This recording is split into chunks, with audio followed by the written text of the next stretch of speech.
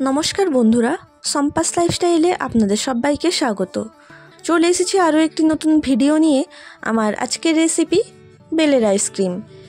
Bell शरीरेर जोन्नो भीषण उपकारी और एई बेल दिएई आजके आमी आइसक्रीम बानिये देखाबो।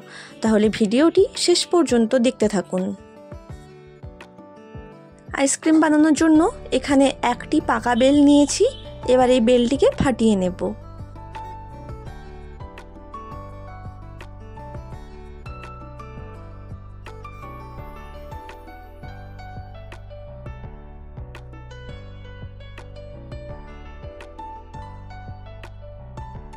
बेल फाटिए नेওয়ার पर একটি চামচ দিয়ে বেলের পাল্পটি বের করে নেব।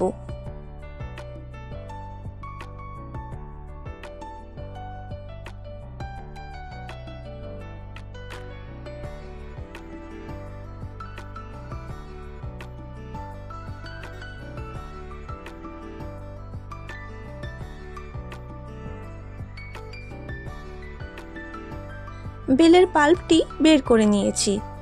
এবার এর মধ্যে দিয়ে দেব সামান্য পরিমাণে জল।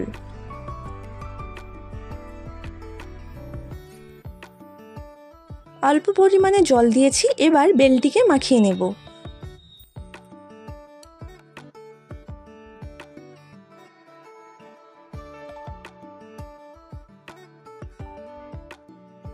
বেল খুব ভালো করে মিশিয়ে নিয়েছি। এবার যতটা সম্ভব हाथ दिए चेपे चेपे बेलेर बीजगुलोके बेर करे फेलते हबे। हाथ दिए चेपे चेपे बेलेर बीजगुलो बेर करे नेब।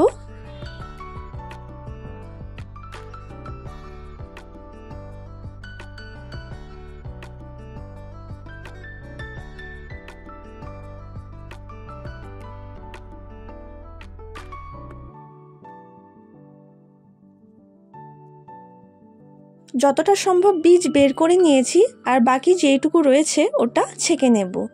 তো একটি পাত্রের মধ্যে আমি নিয়ে নিলাম একটি ছাঁকনি। এর মধ্যে বেলের পাল্পটি ঢেলে নেব।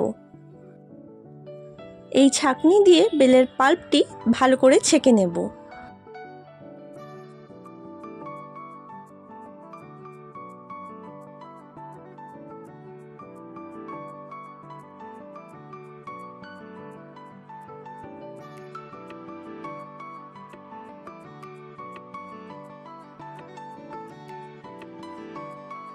ছাঁকনি দিয়ে ছেঁকে নেওয়ার ফলে বেলের বীজগুলো খুব ভালোভাবেই বের করে নিলাম আর বেলের যে পাল্পটি বেরিয়েছে সেটিও খুব স্মুথ এসেছে।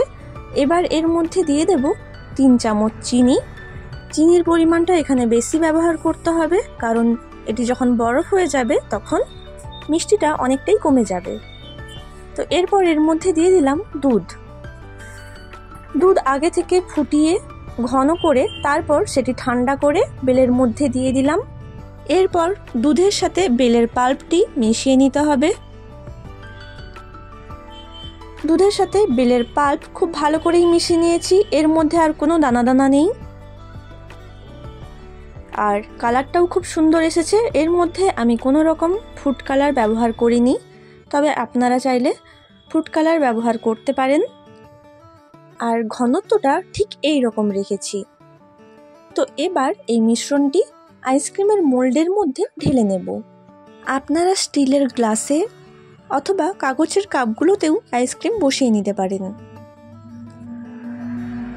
বেলের মিশ্রণটি আইসক্রিমের মোল্ডের মধ্যে ঢেলে নিচ্ছি।